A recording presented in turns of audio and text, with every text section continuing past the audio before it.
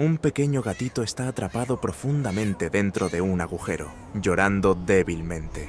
En la superficie, la madre gata corre desesperada, incapaz de llegar a su bebé. Desesperada, ve a un hombre cercano y se acerca a él, no con miedo, sino con ojos suplicantes. Al comprender su angustia, el hombre la sigue hasta el agujero y desciende con cuidado sin dudarlo.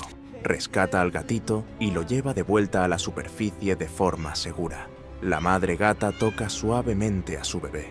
Luego mira al hombre con un silencio lleno de gratitud antes de desaparecer entre las sombras.